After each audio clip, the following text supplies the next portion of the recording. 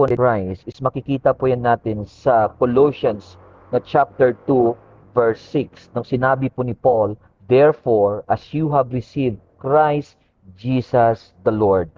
So pag bibigyan po natin ng emphasis yung term po na receive. Pag sinabi po nating receive, yung mababasa po nating receive in Colossians chapter 2 verse 6, it means to accept Christ in faith as Lord and Savior. And not just intellectually, but relationally and obediently. So it marks the believer's union with Christ, which becomes the basis for continual growth and godly living. So ang sinasabi po ni Paul dito, yung term po na receive, ang ibig sabihin po niyan, it is a mark of the believer's union with Christ. So when we receive Christ as our personal Lord and Savior, yun po, doon po nagsisimula yung ating union in Christ. Meaning to say, we became a believer of Jesus, we became a follower of our Lord and Savior, Jesus Christ. So dito po, ang kausap po ni Pablo dito are already believers. Meron na po silang relationship kay Christ. Pero I will tell you, brothers and sisters, na hindi po natatapos yung ating responsibility or role natin as believers when we receive Christ as a personal Lord and Savior. Actually, we are called by God to grow spiritually, and we are called by God to live a godly life. So meaning to say, hindi po natatapos yung pagiging Kristiyano natin when we receive Christ. Meron po pala tayong responsibility na kailangan po nating gawin, is to grow spiritually at the same time to live a godly life. At ito po yung pinakamalungkot na katotohanan na sometimes hindi po naintindihan ng bawat Kristiyano ngayon. Dahil marami pong Kristiyano within the church claiming to be Christian, pero hindi po nila ginagawa yung kanilang responsibility. Hindi po nakikita si Jesus sa buhay nila, hindi po nakikita yung transformation, hindi po nakikita yung born again experience. Why? Because many Christian nowadays, ang kiniklaim nila that they are Christian, pero hindi po nagre-reflect sa buhay nila. At yun po yung sad reality. Kaya kung minsan bakit hindi po tayo nagiging effective as believers in Christ, doing the mission, doing the ministry, dahil hindi po tayo nagiging mabuting ehemplo or blessing sa ibang tao. So ulitin ko po, yung ating pong topic ngayon is united in Christ. So I will tell you, brothers and sisters, a plant cannot survive unless it has deep roots. So meaning, ang isang halaman o isang puno, hindi po siya pwedeng mag-survive kung hindi po malalim yung kanyang ugat. Kung wala po siyang matitibay na mga sanga. Okay? Kung wala po siyang makikitang masasaganang mga bunga. So in the same way, makikita po natin dito na ito po yung illustration na ginamit ni Paul in Colossians chapter 2 verse 6 down to 7. That Paul tells believers that those who are united in Christ must grow in a certain pattern. Ano ba yung mga pattern na sinasabi ni Paul doon? Dapat mamuhay sila ng tama, they should be rooted, they should be built up, they should be strengthened, and they should be overflowing in gratitude. So I will tell you, brothers and sisters, our union in Christ is not theological idea alone. Meaning to say, our union in Christ is not based on our intellect. It's not based lang doon sa understanding natin sa salita ng Diyos. Kasi hindi po natatapos yung pagiging Kristiyano kung naintindihan natin ng Diyos. Hindi po doon natatapos, kundi we are called to live a life worthy of our calling.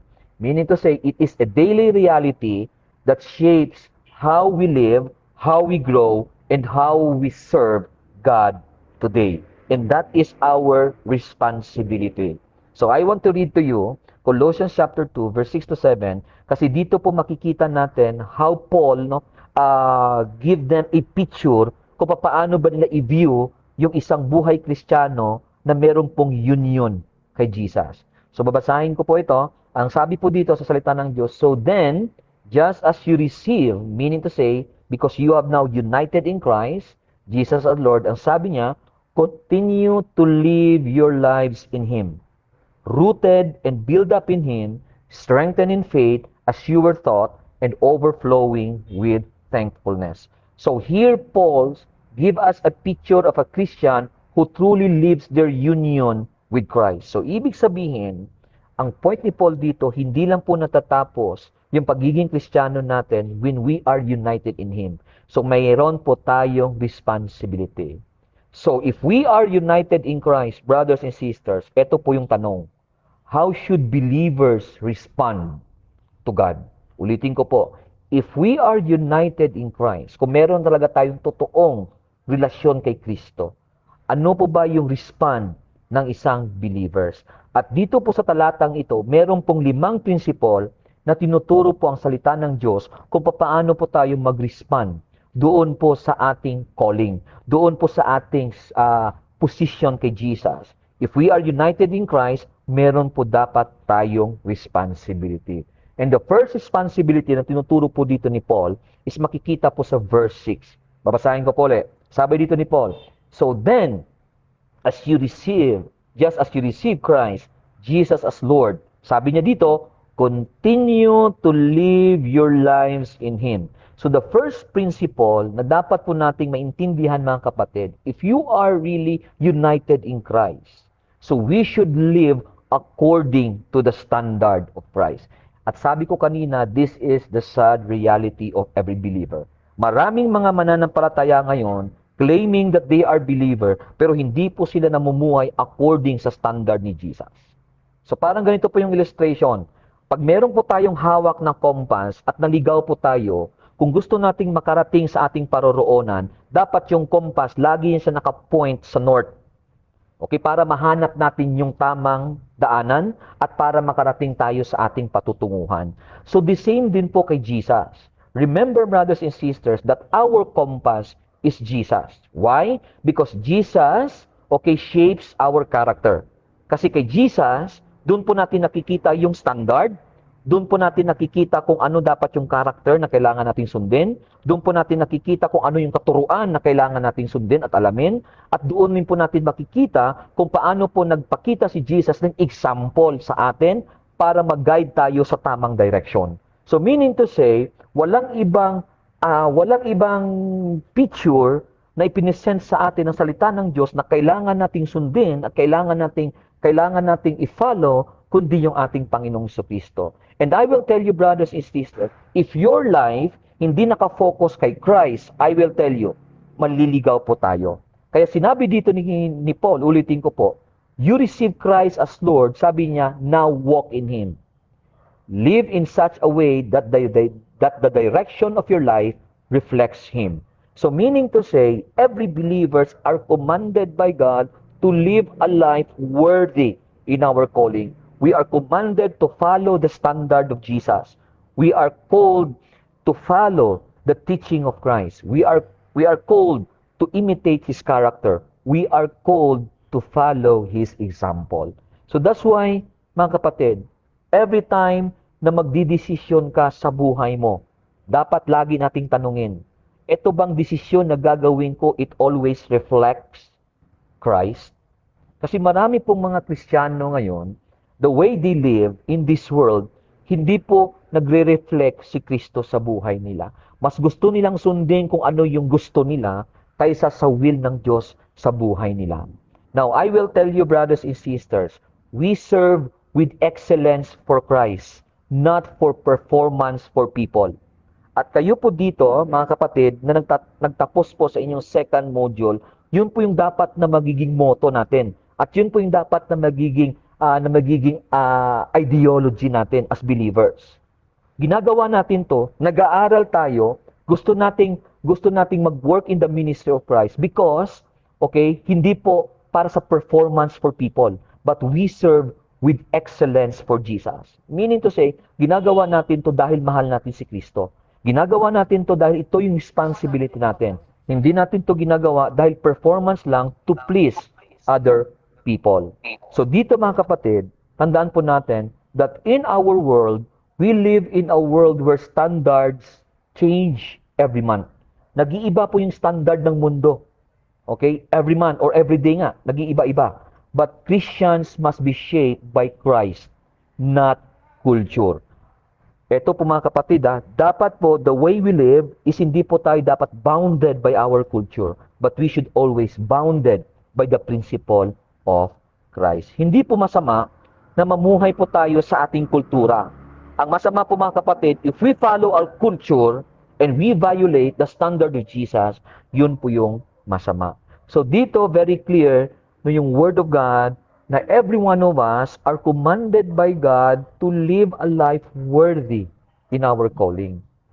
Kasi para sa akin mga kapatid, the best testimony, the best evangelism is living a life that follow the standard of Christ. Amen?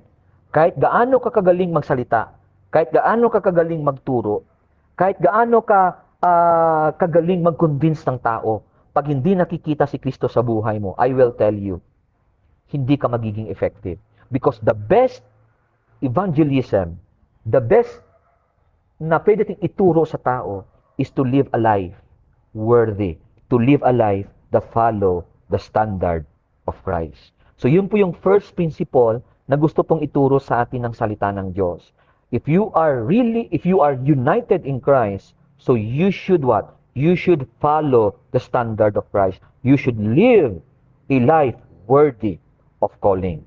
At dito po, hindi lang po yun yung sinabi ni Paul. In verse 7, the second principle na tinuturo po ni Paul doon is hindi ka lang kailangan mamuhay ng tama. Kundi sabi niya, you should be firmly rooted in Christ. So dito po, nabigay po si Paul ng illustration ng isang puno. No, ng isang puno po, pwede po siyang makasurvive sa malakas na storm o sa malakas na bagyo pag malalim po yung kanyang ugat. So a tree with shallow roots is easily uprooted by the wind. So, ibig sabihin, pag ang puno po, hindi po malalim yung kanyang ugat, pag meron po dumating na bagyo, madali po siyang matutumba. Kaya dito po, meron pong tinuturo yung Word of God sa atin na principle na dapat ganun po kalalim yung ating understanding sa ating Panginoon Kristo. Dapat ganun po kalalim yung ating relationship kay Christ. So, that's why your spiritual roots determines your spiritual stability. Dito po natin na-determine mga kapatid, kung gaano po katibay yung isang Kristiyano. Depende po kung gaano po kalalim yung kanyang pag-intindi kay Kristo at kung paano po kalalim yung kanyang relasyon kay Kristo. If your roots are in Christ, I will tell you brothers and sisters, you will stand strong. If your roots are shallow, small problems will shake you.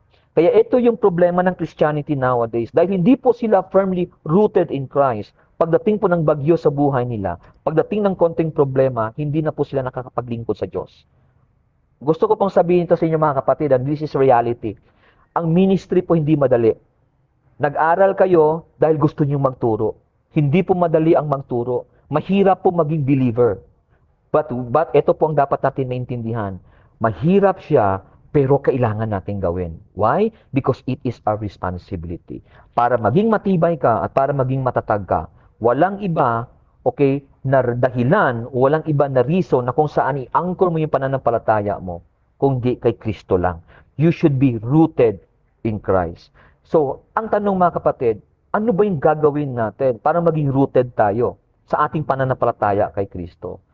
So, first, na principle na pwede po natin gawin, we should spend consistent time in studying the Word of God. Hindi ko po sinasabi na magkaroon po tayo ng panahon na mag-aral, Ito po yung sinasabi ko, Consistent time. Pag sinasabi po natin consistent time, dapat ito po ay maging habit natin that every day in our spiritual journey, we should always study God's Word. Huwag ka lang po mag-study bukas, or next week, or next month. So, every day sa buhay mo, dapat maging part na yung pag-aaral mo ng salita ng Diyos. Kasi bakit po mga kapatid? If you want to be rooted in Christ, if you want to know Jesus deeper, if you want to know the standard of Christ deeper, walang ibang manual na pwede nating basahin at pag-aralan, kundi ang salita ng Diyos. Kaya ito po ay isa sa mga practical application na pwede po nating gawin sa atin, mga kapatid. Tandaan, sinabi ko po sa inyo kanina, that learning is a continuous process. Hindi po natapos yung ating pag-aaral ngayon lang dahil merong graduation. Hindi po. Continuous po yan. So that's why, kailangan po nating mag-spend ng time consistently in studying the Word of God. And another principle na pwede po nating gawin. Pag meron pong mga seminars or mga discipleship or fellowship na kung saan makakatulong sa iyo para mag-grow ka spiritually, join po tayo. I-grab po natin yung opportunity na yan. As long as na makakatulong sa atin for us to grow. Kasi dyan po tayo madidevelop. Dyan po tayo matututo. At dyan po natin mas maintindihan yung ministry. So meaning to say, doon po yung roots natin mag-grow deeper, especially when we engage doon po sa mga katuruan na kailangan pa po nating alamin. So dito mga kapatid, kung titinan po natin, ito po ay napakalaga sa atin. Why?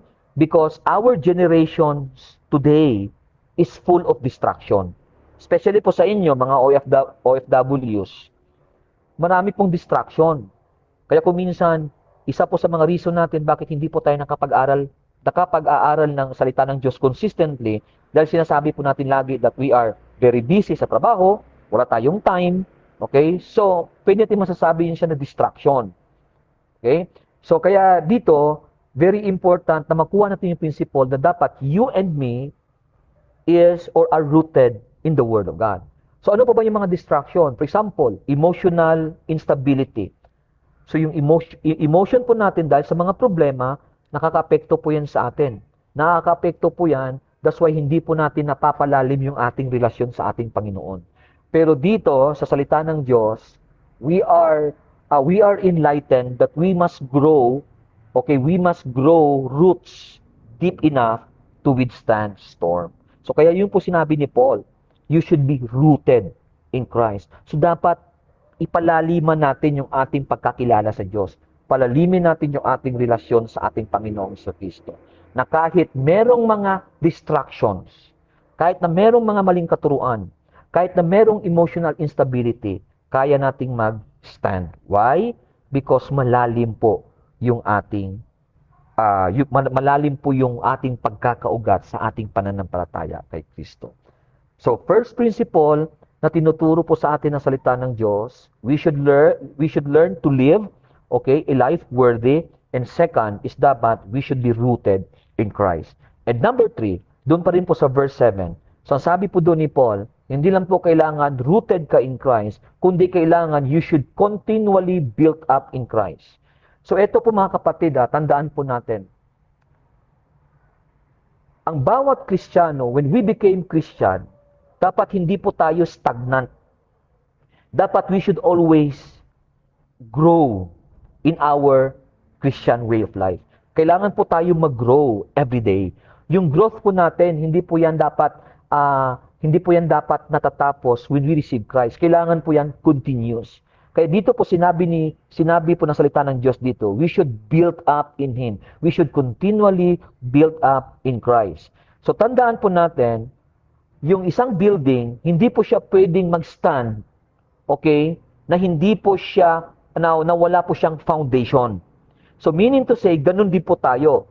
Hindi po tayo mag-grow as believers in Christ kung wala po tayong foundation. So yung foundation po ng isang building must be built doon po sa isang malalim, okay, at the same time, hindi po malambot na pundasyon, kundi naka-build po siya doon sa foundation na matibay. So likewise, believers cannot depend on past experiences alone. So meaning to say, growth is kailangan ongoing siya. So wag po nating hayaan mga kapatid na hindi po tayo mag-grow spiritually. So everyday po sa buhay natin, kailangan po tayo mag-grow. At ito po yung gusto ko pong sabihin sa iyo. Hanggat may pagkakataon tayong matuto, mag-learn po tayo.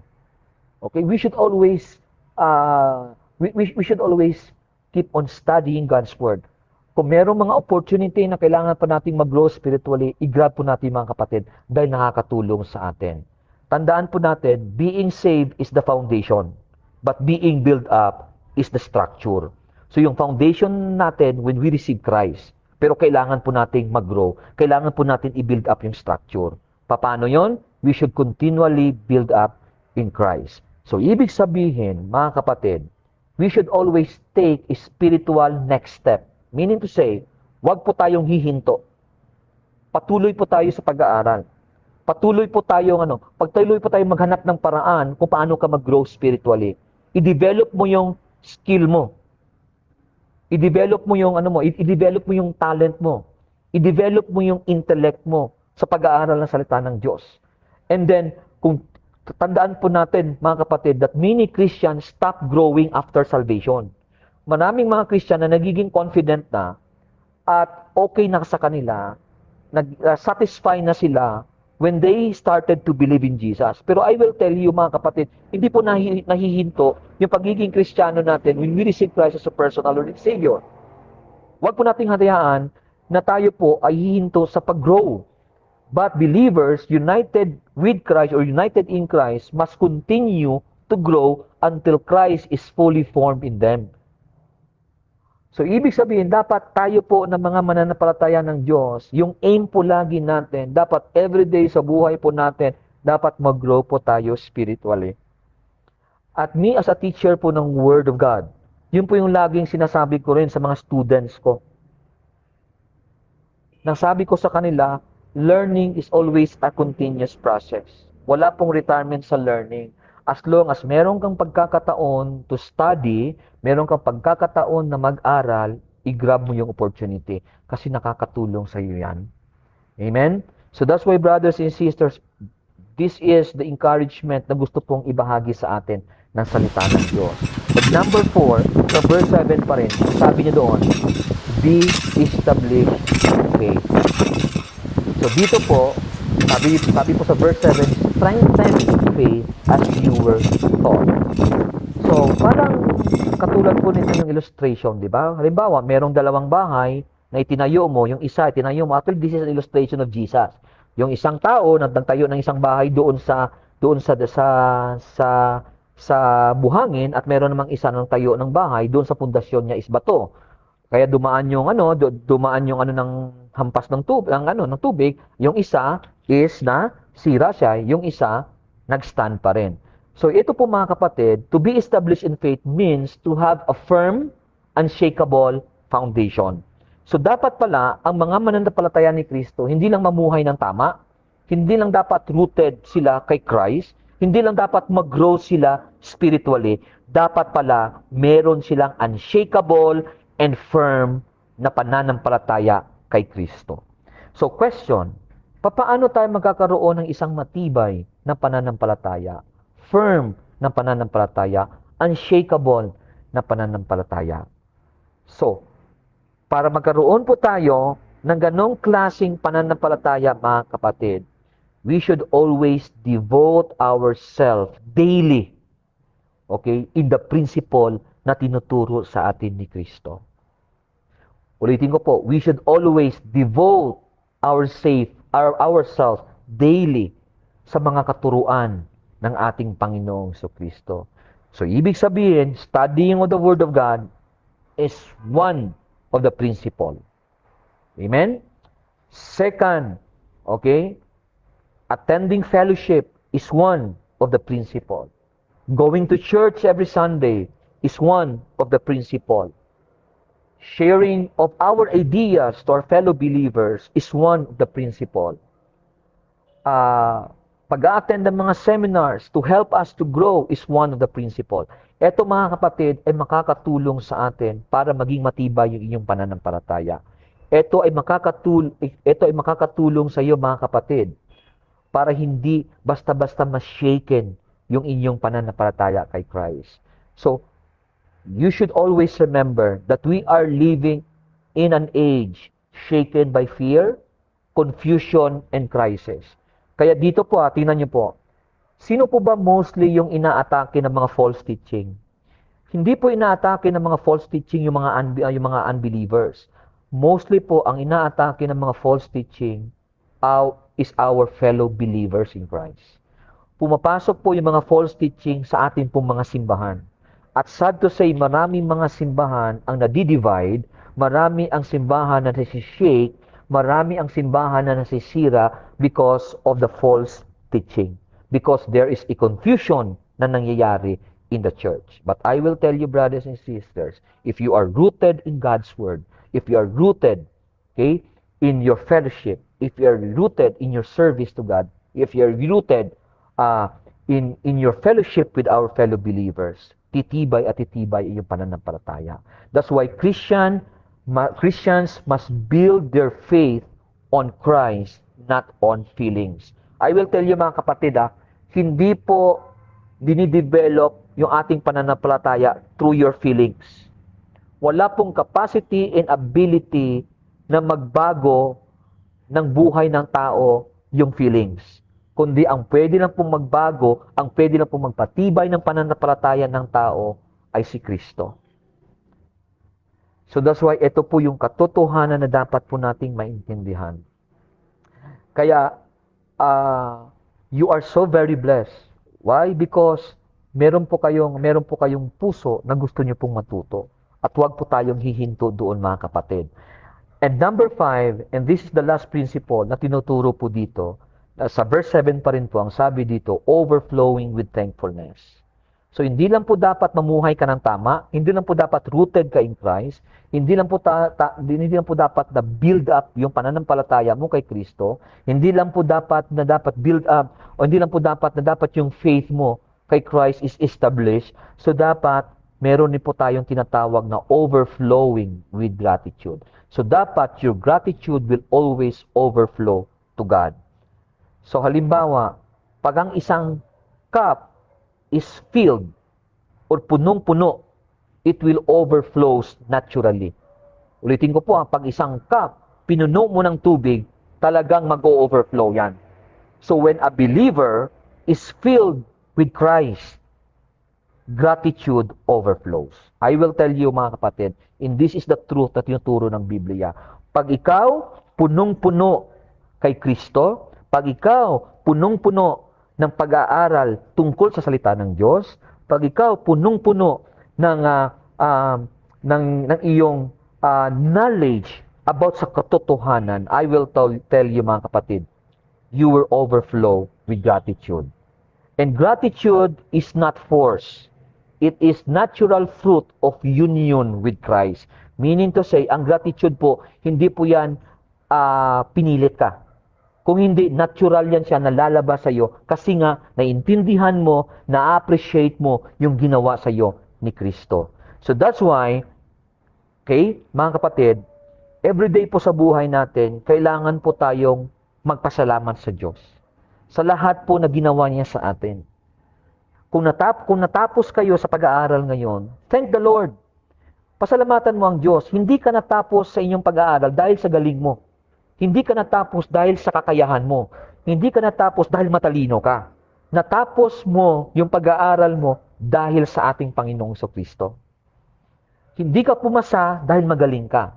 Hindi ka pumasa dahil matalino ka. Yes, given po yan mga kapatid. Pero hindi po natin pwedeng alisin na nagbigay ng talino, ang nagbigay ng lakas, ang nagbigay ng skill mo. Walang iba kundi ang ating Panginoong Kristo. So that's why practice gratitude in ministry. Practice gratitude in the church. Practice gratitude in your life. Because when we live, okay, in a life na marunong magpasalamat sa Diyos, ito po ay isang pagpapakita that you are humble towards our God. Meron kang pagpapakumbaba sa ating Panginoon. Why? Because you honor God sa lahat ng na-achieve mo sa buhay mo. That's why mga kapatid, we should always remember that we live in a complaining culture. Sa mundo po natin, lahat po tayo, andun po sa tinatawag natin na complaining culture. Lagi po nagre-reklamo, even in the ministry, di ba po? And I know, na-experience niyo po yan. Halimbawa, si pastor, merong ipinapagawa sa atin. Instead na gawin natin, we are always complaining. Bakit ako? Bakit hindi yung iba? Pag inutusan tayo mag-pray, bakit ako? Bakit hindi yung pwede yung iba? You see? So, ibig sabihin, we are living in a culture na lagi po tayo nagko-complain. But ang isang grateful Christian, I will tell you, brothers and sisters, shines as lights in a negative world. So, ang isang Kristiyano, pag merong pinapagawa ang Diyos, he is willing to accept, he is willing to thank God dahil binigyan siya ng Diyos ng opportunity at pagkakataon na mag-serve sa Kanya. So, ito po yung katotohanan na gusto pong ituro sa atin ng salita ng Diyos, mga kapatid. So, that's why in Colossians chapter 2, verse 6, down to 7, Paul describes a believer who is truly united with Christ. Paano natin malalaman na he is a truly believer if he or she is walking according to his standard. if he or she is rooted deeply in Christ, if he or she is continually growing in his or her faith, if she or he is strongly, if he or she meron siyang strong in faith in Christ, if he or she meron siyang overflowing with gratitude. I will tell you, brothers and sisters, this is not just a picture of a mature Christian, but this is the picture of a normal Christian life. The life God desires for all who are in Christ. Ito po yung desire sa atin ng Panginoong Jesucristo. Hindi lang po natapos yung ating paglilingkod sa Diyos nung tinanggap natin siya. Ito po yung desire sa atin ng Panginoon. Dapat po meron po tayong gawin. So that's why, brothers and sisters, in our life today, ito po yung dapat natin itanong sa sarili natin. Kailangan ko bang i-align ang buhay ko kay Kristo? So yun po yung dapat nating itanong. Sabi ko po kanina, hindi po natapos yung inyong paglilingkod dahil natapos po kayo sa pag-aaral ng salita ng Diyos. So dapat tanungin po lagi nating ating mga sarili. Dahil natapos na ako, ano po ba yung kailangan kong gawin? Kailangan ko bang i-align yung buhay ko kay Kristo? Kailangan ko bang magkaroon ng malalim na pananampalataya kay Kristo? Kailangan ko ba na mag-grow continually kay Kristo? Kailangan ko bang patibayin yung aking pananampalataya? At kailangan ko bang i-cultivate yung aking pasasalamat sa Diyos? And I will tell you, brothers and sisters, this is our responsibilities and duties. Hindi lang po basta command ito, mga kapatid. Ito po ay responsibilidad ng bawat Kristiyano. Kung ikaw ay isang Kristiyano ngayon, na ang feeling mo, natapos yung pagiging Kristiyano mo, nung tinanggap mo si Kristo, I will tell you, mga kapatid, hindi mo ma-appreciate, hindi mo mai-enjoy yung Christian way of life pag hindi mo gagawin yung mga principle na tinuro sa Colossians chapter 2, verse 6 to 7. So that's why, brothers and sisters in Christ, this is my final words sa inyo po. You should always devote yourself in the ministry. Dapat po nating mahalin ang ministeryong iniwan sa atin ng ating Panginoong Jesucristo. Dapat po natin mahalin yung gawain na iniwan po sa atin ng ating Panginoon. Kaya po, mga kapatid, sa hapong ito, I am praying and I am hoping that we should apply this principle na atin pong natutunan sa hapong ito. And again, maraming salamat po for inviting me. Thank you for giving me an opportunity to speak to you. And hoping and praying na hindi po ito ang una at huli, mga kapatid. Maraming salamat po sa inyong mga buhay. At once again, congratulations po sa inyo pong pagtatapos sa second module. At before po tayo mag-end, I would like to pray po sa inyo po. And let's close our eyes and let us pray to God. Okay, Father in heaven, thank you, Lord, for this wonderful afternoon na ibinigay niyo po sa amin. Maraming salamat, Panginoon, sa buhay po ng aking mga kapatiran. Thank you, Lord God, na ikaw po ang Diyos na nag-build up sa kanila, Panginoon. Ikaw po ang Diyos na nagbigay ng burden, Lord God, sa kanila to study more sa inyong mga salita, Panginoon, so that ang bawat isa po sa kanila, Panginoon, Lord God, ay magiging effective kung saan mo po sila gagamitin. That's why, Lord, thank you for their life. Thank you for this opportunity. Thank you, Lord God, sa mga learning na kanila po, Panginoon, natutunan. At maraming salamat po, Panginoon, sa inyong mga mensahe na ipinagkaloob po sa amin. And Lord, wag niyo pong hayaan, Panginoon, na mga mensaheng aming narinig, basta lang po namin narinig, Panginoon. Lord, help us, Lord God, to apply the principles, Panginoon, na amin pong narinig at amin po, Panginoon, natutunan sa inyo pong katuruan, Panginoon, sa hapong ito. And Lord, thank you for all my brothers and sisters who are listening right now. Bless them, Lord God. Huwag mo lang po silang pagpalain financially, physically, but most especially, Panginoon, pagpalain niyo po sila spiritually. Thank you, Lord God, for this opportunity. Bless each and every one of us. At maraming salamat po sa inyo at ang lahat po ng aming panalangin, Panginoon, aming pong binabalik at tinataas sa inyo sa pangalan ni Jesus. And everybody will say, Amen and Amen. Okay, once again, brothers and sisters in Christ, maraming salamat po sa pakikinig at maraming salamat po sa opportunity na inyo pong ipinagkaloob sa akin para po mag-share at magbahagi ng salita ng Diyos. Once again, good morning to all you guys at maraming salamat po. God bless you. And happy graduation. Thank you po. Amen. And thank you po, Pastor June Gonzalez, for